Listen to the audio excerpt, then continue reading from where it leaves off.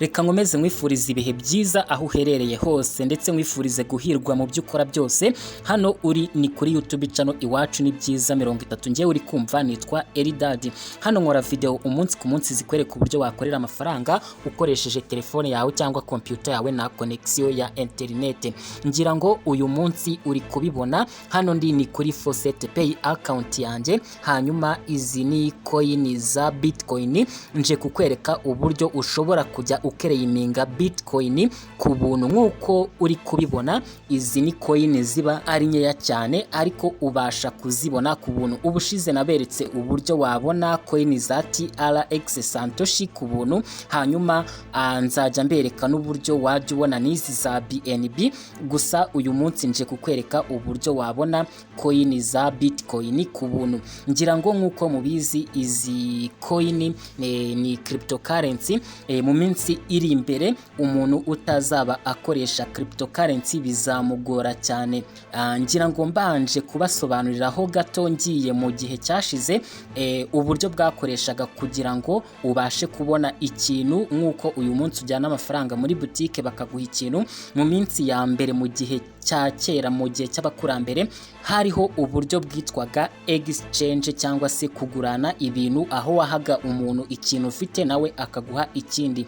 Urugero nk'umuntu wajyaga ku isoko wenda kugura umuceri, yajyanaga wenda icyo afite nk'ibishyimbo cyangwa ikindi kintu, hanyuma bakagurana ku rugero babaga baremeranyijweho. Kubera ko ibintu bitabaga bifite agaciro kangana, uwashakaga ibintu by'agaciro kanini yatangaga ibyo afite by'agaciro gatoya byinshi, bakamuha ibyo afite ibyo akeneye by'agaciro kanini. Nyuma byaje kugenda bitagaragara neza bitewe nuko niba warabaga ugiye ku isoko kugura ibishyimbo ukagenda wikoreye umuceri cyangwa wikoreye ibindi, nibwo abanya Egypte bahise bakora uburyo bwo gukora amafaranga y'ibiceri.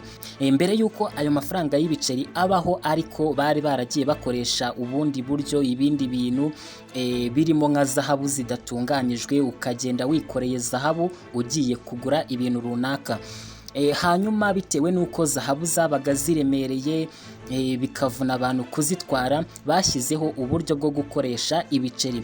Gusa ibyo biceri nabyo muzi ko ibiceri biremera, nabyo byabaye ikibazo. Kugenda wikoreye umufuka w'ibiceri nabyo byagiye bibangama. Hanyuma haza gushyirwaho izi noti tuzi kugira ngo abantu baruhuke kugenda bikoreye imifuka n'imifuka y'ibiceri.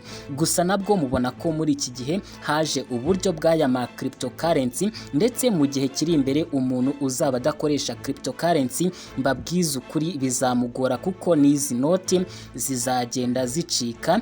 Nago ari ukubatera ubwoba kuko ni ibintu biriho kandi mu gihe kiri imbere bizashyirwa mu bikorwa. Niyo mpamvu mbangira ngo nkwereke uburyo ushobora kujya ubona izi cryptocurrency bakiri kuzitangira ubuntu cyangwa se bicyoroshye kuzibona, kugira ngo ube wimenyereza gukoresha cryptocurrency, kuko mu minsi iri imbere wenda dushobora kuzaba tutakiriho, ntabwo mbizi, ariko cryptocurrency ni ikintu kiri gukoreshwa cyane, ndetse no mu minsi iri imbere aya mafaranga tubona fatika nazaba gikoreshwa, aho bazaba bakoresha izi cryptocurrency.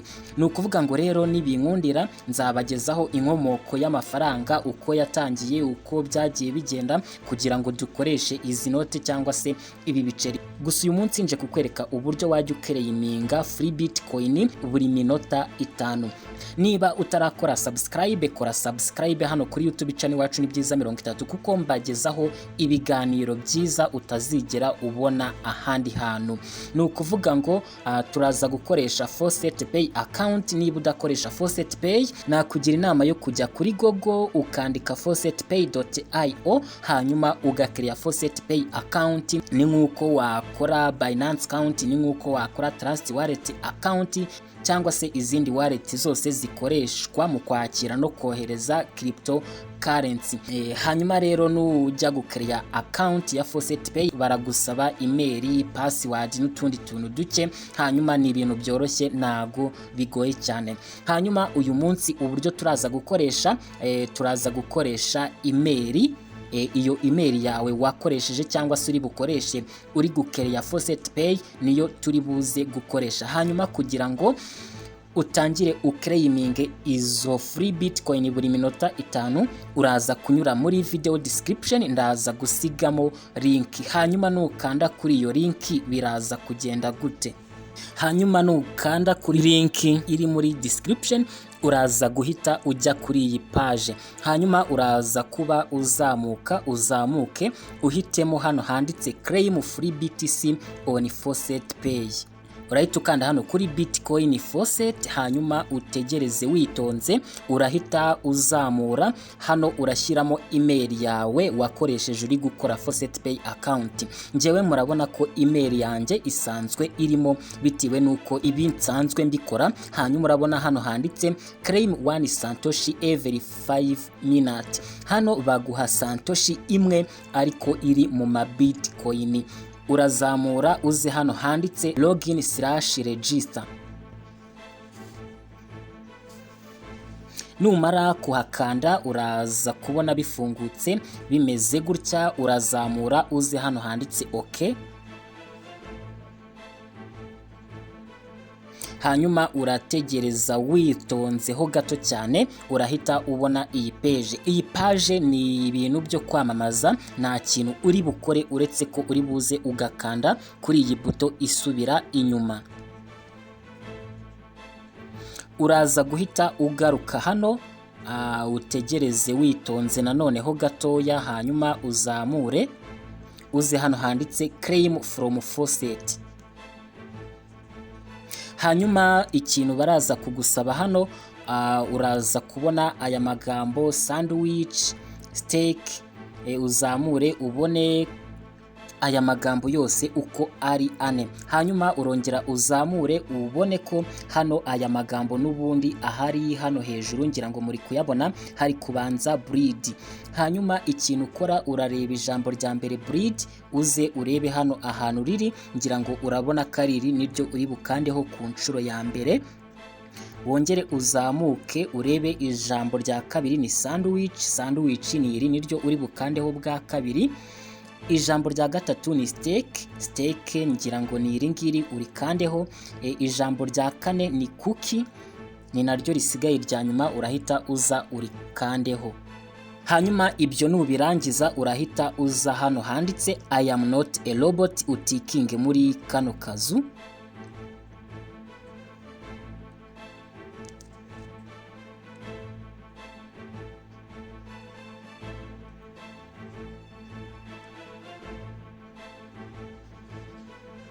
Hanyuma numara kubona bivivutse gutya, urahita uza hano handitse verify. Hanyuma iyo umaze gukanda kuri verify na step ibisigaye bahita baguha 0.00001 BTC. Ngira ngo murabibona ko kuri uyu munsi kuri 16 z'ukwa 11 nakiriye 0.00001 BTC zivuye kuri iyi A Crypto BTC ariyo iriya platform maze kubereka, ndetse murabona ko nabikoze inshuro ebyiri. Hanyuma rero nubwo mbagejejeho iyi platform mugomba kuyitondera, kuko nabonye hari ahantu ugera bakakubaza niba uri sure ko iriya email yawe iri connected na crypto account, cyangwa se niba kuko warayikoresheje uri kwiyandikisha kuri Faucet Pay. Hanyuma bakahita bagusaba gukanda ahantu bakakoherereza kode ukayibaha. Hanyuma ibyo niba bigusaba bakakubwira ngo turi kubona email yawe itari connected na Faucet Pay, ngo kanda hano tukoherereze kode hanyuma uyishyiremo. Ntuzabikore, ndabikubujije. Hanyuma ushobora kuvuga uti Seridadi ko ari kuvuga ko atizeye iriya platform akaba ari kuyitubwira. Nukora nk'ibyo nakweretse nta kibazo uzahura nacyo. Ikindi kandi nshobora kutabikubwira n'ubundi ukazayibwirwa n'undi muntu, ndetse udafite amakuru ahagije cyangwa utabasha gucukumbura nk'uko mbikora, bikarangira n'ubundi ubikoze. Niyo mpamvu mba nyikugejejeho nkakubwira ibyo ugomba gukora, nkakubuza n'ibyo utagomba gukora, kuko mba ngomba kuba honest, nkakubwiza ukuri, kuko ndamutse nkugejejeho amakuru nyuma akazakugiraho ingaruka itari nziza byambabaza cyane. Ariko iyo mbagejejeho uburyo nk'ubu nkabona umuntu umwe, babiri cyangwa batatu bambwira ko uburyo nabagejejeho bwabafashije, biranshimisha cyane ndetse bikanyankuraja, bigatuma nkomeza gushyiramo courage. Ni ukuvuga ngo rero ni gutyo bimeze, kandi ngira ngo mbagire n'inama. Hari ubutekamutwe njya mbona bweze, aho umuntu akwandikira kuri WhatsApp akakubwira ngo hari platform imeze gutya na gutya, ngo ndakwandika, ngo ndakwandikisha, ngo icyo ndi bukore ngo ndakoherereza code kuri nimero ya telefone, ngo hanyuma ngo uhite ngo unyoherereza ngo iyo code ngo urahita ubona amafaranga. No, ubwo butekamutwe bureze. Nihagira umuntu ukubwira ko agiye kukoherereza code hanyuma ngo ukayimwoherereza kugira ngo akwandikishe cyangwa kugira ngo agire ibindi agukorera, uzamubwira uti no, byihorere, Eridadi yarambujije cyangwa se Eridadi yangiriye inama. Hanyuma ubu buryo bwo kuverifyinga phone number cyangwa se kuverifyinga email, aho bakoherereza code kuri email cyangwa kuri nimero ya telefone, ubukorwa iyo hari ikintu kigiye gukorwa. Urugero nk'abantu bakoresha Binance, hari igihe iyo ugiye koherereza umuntu amafaranga, bohereza code kuri nimero ya telefone no kuri email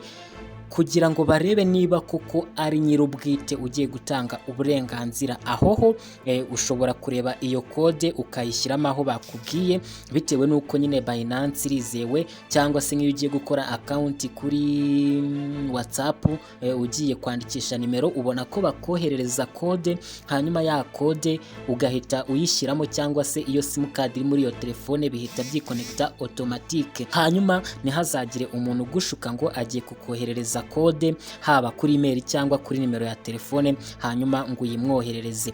Impamvu rero nkubuza kutizera umuntu uwo ari we wese wagusaba code bakoherereje kuri email cyangwa kuri nimero yawe ya telefone, nuko ashobora guhita ahindura password zawe z'ahantu runaka, hanyuma agahita kwiba account cyangwa se akakwiba amafaranga yawe, cyangwa se akakwiba n'andi makuru ayo ariyo yose. Ngira ngo mujya mubona nk'iyo wibagiwe password y'ahantu runaka, urugero hashobora kuba ari platform, hashobora kuba ari nko kuri Facebook, wenda dufate urugero rworoshye. Iyo wibagiwe password yo kuri Facebook, bagusaba gushyiramo nimero yawe ya telefone cyangwa se email yawe, hanyuma bakoherezaho code. Iyo code ukayifata ukayuzuzamo, bahita basiba ya password wibagiwe, ugahita ukereya indi nshyashya. Niyo mpamvu rero umuntu ushobora kugusaba code bakoherereje kuri email cyangwa se kuri nimero ya telefone ashobora guhita ahindura password yawe mu buryo bumwe cyangwa se ubundi. Ngira ngo icyo kintu mucyumve neza ndetse mu gihe agaciro. Hanyuma reka mbifurize ibihe byiza, nizere ko iyi video mwayumvishe neza mukumva n'ubutumwa bwinshi burimo. Gusa ariko hari yindi platform nziza yizewe 100%, nuko uyu munsi bitankundiye, narinzi ko ariyo ndi bubagezeho. Gusa ariko kubera ko nkora video umunsi ku munsi, ejo nzayibagezaho, ubundi nzi ko izabafasha neza cyane. Mukomeze mugubwe neza rero. Niba utarakoze subscribe, kanda kuri subscribe kugira ngo igihe cyose nkizeho video ikwereka uburyo wakorera amafaranga kuri internet bajye bakwibutsa. Naho ubutaha mu yindi video. Ciao ciao.